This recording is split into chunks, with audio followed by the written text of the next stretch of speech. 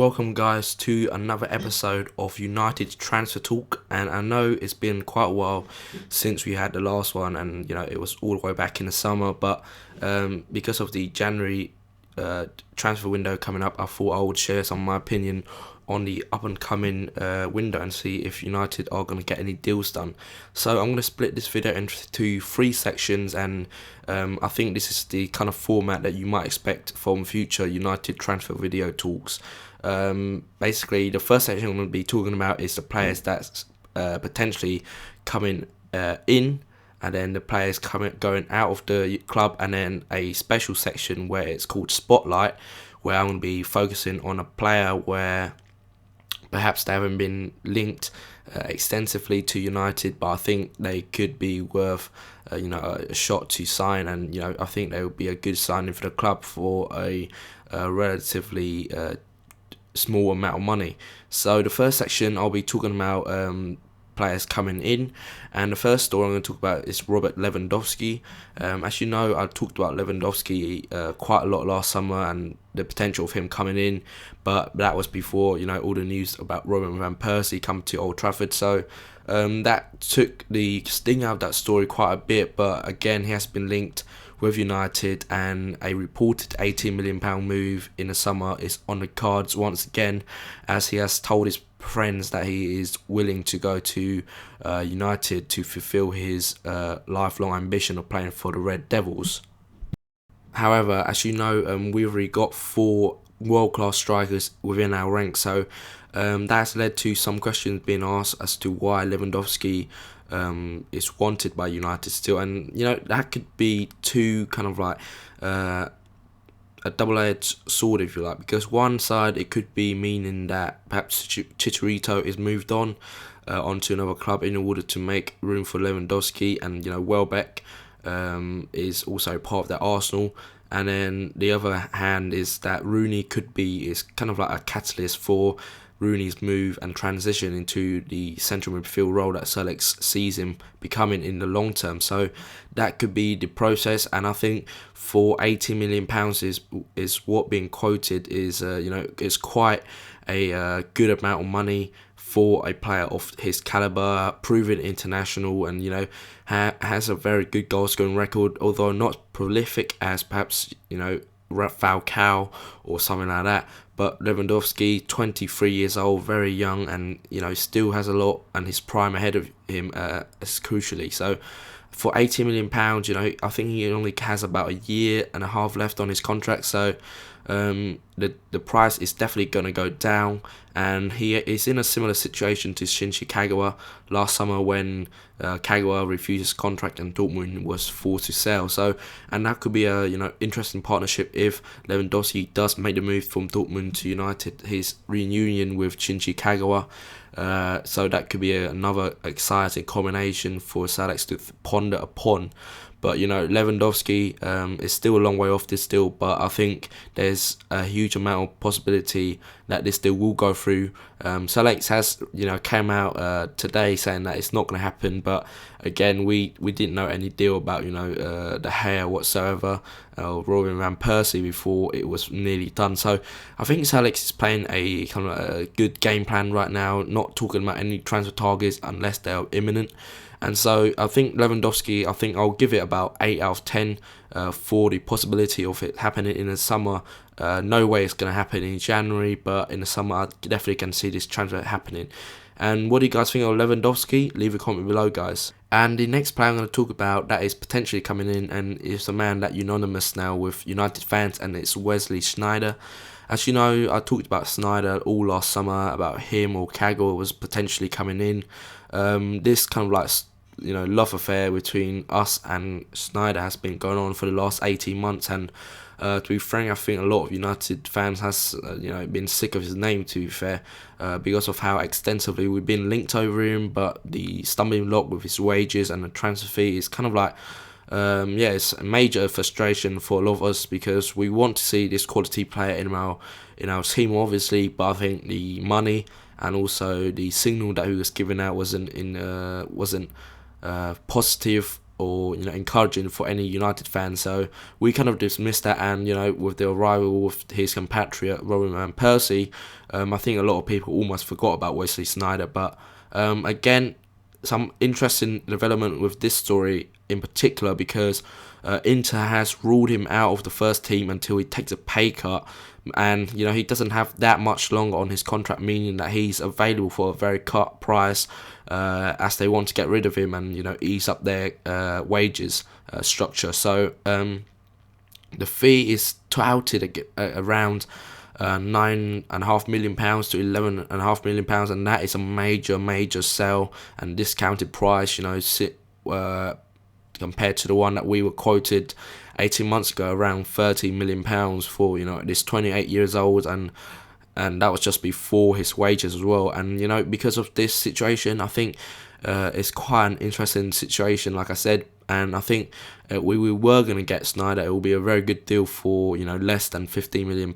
And I think for a player of his caliber and his international standing as well, it will be a very good move. And with Paul Scholes potentially his last season, it's a good thing that we might get a ready-made replacement in Sneijder.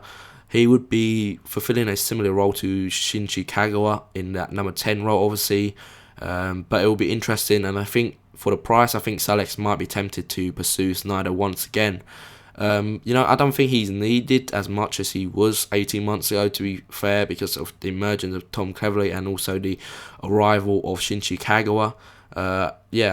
But for that price, I think I would take a punt on it and dish out the £11 million required for Sneijder because of the caliber of player he is. So what do you guys think of that price for Sneijder? Would you guys go ahead and jump on that deal? I personally would, but again, I don't know if Alex would want to go ahead because it's January and because of Champions League complications as well. So leave a comment below on Wesley Sneijder. And now we're going to be talking about the outgoings or potential outgoings in the January transfer windows. So the first one about Nani. There has been a lot of speculation about Nani's future after he was dropped and having poor form this season, and his injury record hasn't been good this season as well. And that has led to a lot of fans saying that we need to sell Nani, etc. But Alex has come out, I think yesterday, saying how Nani still has a future at the club. He's an incredible talent, I think, and on his day, I believe Nani is probably the best winger in the Premier League. But because of he's two-footed, powerful shot, and his end product when on his day is very good. So Nani is almost the complete package, and that has led to the speculation because he has fallen down below Valencia and Ashley Young, and that has led to rumours about his possible departure for around £15 million, and the continuing of his contract refusal has led to further speculation. But Alex again has said it's still a year and a half to sort his contract out, and so Nani, I think there's a possibility that he will come back a bit sharper and a bit more determined to get back in the team. And like I said, I think he's a very good talent, Nani.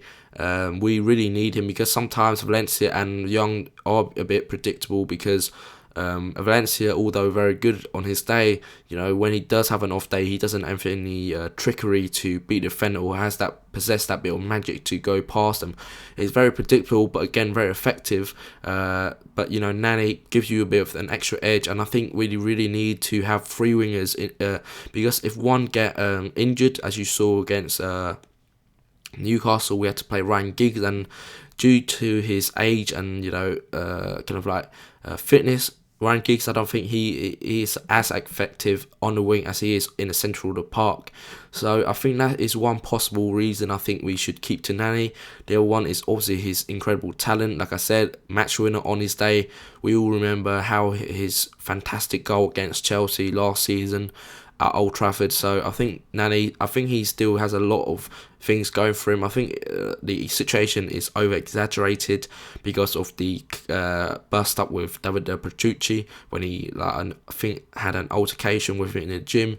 But I think Sir Alex recognised that Nani is a important player, and he we need talented players in order to, have a big squad and a quality one at that to compete on major fronts for trophies. So Nani, I don't think he's going to go anywhere or anytime soon to any club.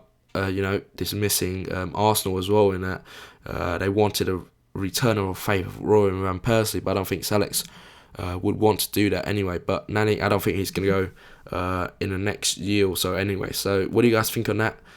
Leave a comment below on Nani.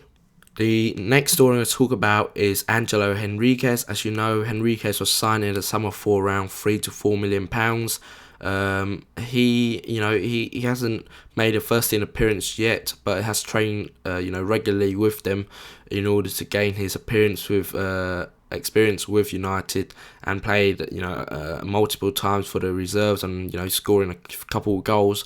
And from what I've seen, he's a very good talent. 18 years of age, so still a lot of time ahead of him.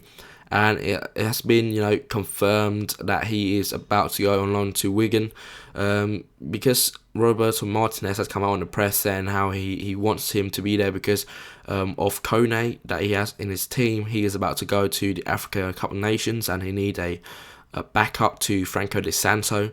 And Angelo Henriquez, I think it's a win-win situation for United, I have to say, because he's a very talented lad, obviously, and he's not getting the game time he needs in able to develop and gain vital experience. And it's going to be a similar situation to the one that Tom Cleverley had at Wigan, where he was able to play most weeks and gain vital experience in the top tier of English football. And I think and as well as standing well back at Sunderland, I think by doing that to a young player, they learn much quicker than they do coming on for 20 minutes here and there.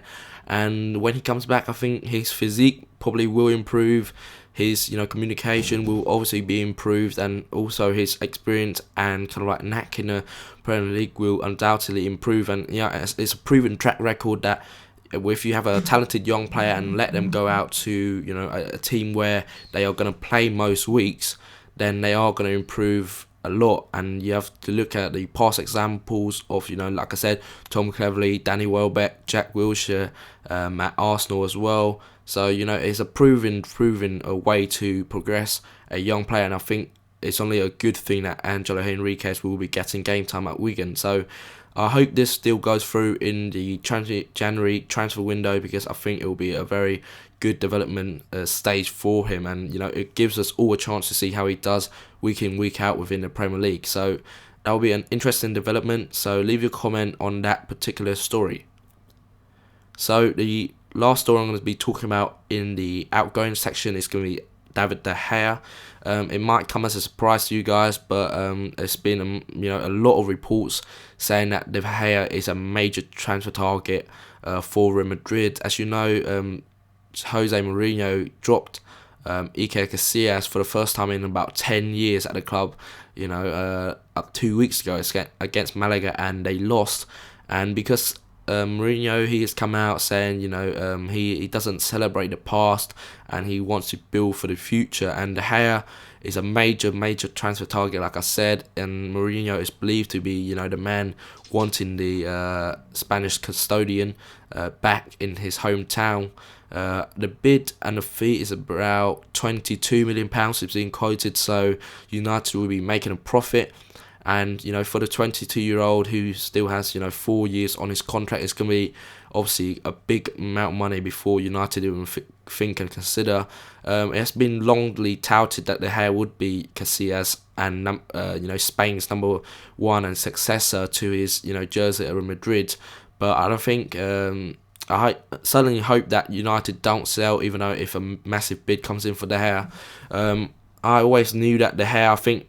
A lot of people has been saying, because he has been courted by Barcelona Madrid before he came to United, and there was a potential that he might come back to Spain because of his homesickness, whatever. But I don't think De Gea is majorly homesick, and in his performance this season, particularly in the bigger games against City and Chelsea and Arsenal, I don't think he could be faulted for any of the performances. And he's kept us in some of the games as well, particularly against Everton, which I can remember quite well at the beginning of the season. So De Gea, at 20 years of age, 22 years,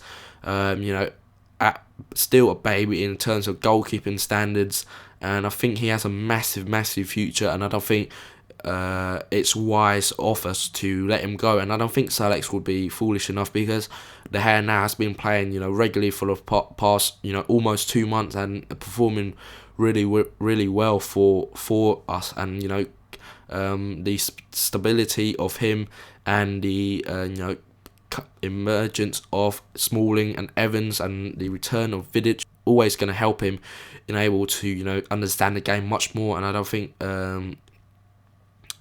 think we should get rid of him. When you compare him and Lindegaard, I think De Gea is the better goalkeeper in my opinion, and he has a massive potential to become the world's best goalkeeper in a couple of years' time. So even though it might be interesting, I don't think Sir Alex will be selling any De Gea anytime soon. So leave a comment below. Would you sell De Gea for £22 million and get another keeper in? I myself wouldn't, just because of what he's demonstrated, that he is able to fulfill that number 1 shirt at United, and again, he could be the world's best in a few years' time.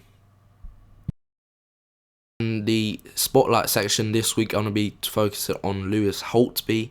He plays as a number 10 role, also for Schalke in the Bundesliga.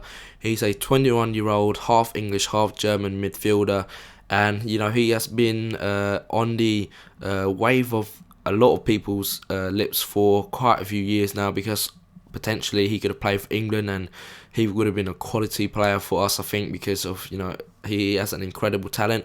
He's almost in a Jack Wilshere mode, where he's very small, very low to the ground, but again, he has a good range of passing, and his boundless energy gets him up and down. But primarily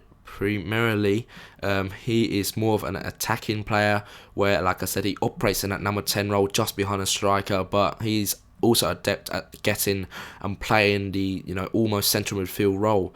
And the interesting thing here is he is only 6 months away from his contract running up, meaning that in January he could be having a pre-agreement with any club overseas to get his services in the summer for free. And I think that is a major kind of like enticing thing about this transfer, because Holtby is only 21 years old. He has a massive future already, full German international, and we all know how much quality they possess in their midfield right now, Germany. So Holtby, he obviously is a major talent, and I think for the price, which is nothing, barring his wages, obviously is a major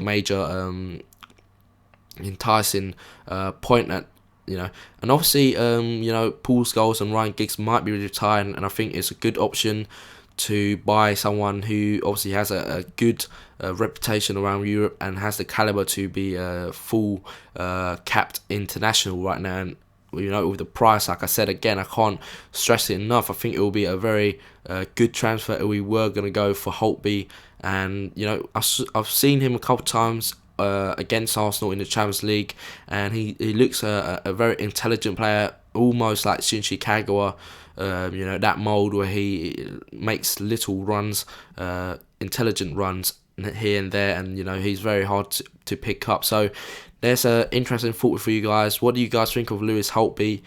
21 years old, he already speaks very good English because of his half English heritage, and even though he's a boyhood Everton, if he was given a choice, I think he might opt for United if we were going to go in for him. And he will be a good player if we were going to get him for the money that he's going for. So what do you guys think of Holtby? Leave a comment below on him, guys. So there you have it for another video of United transfer talk. I hope you like this video, guys, and I'll be doing as many as I can. I'm just gonna have to wait, and the story is gonna obviously dictate how often I do it. But the more stories come out, the more probably I will do it. So there you guys have it. Please rate, comment, and subscribe to the channel for more. Thanks for watching, guys, and I'll see you next time. Cheers.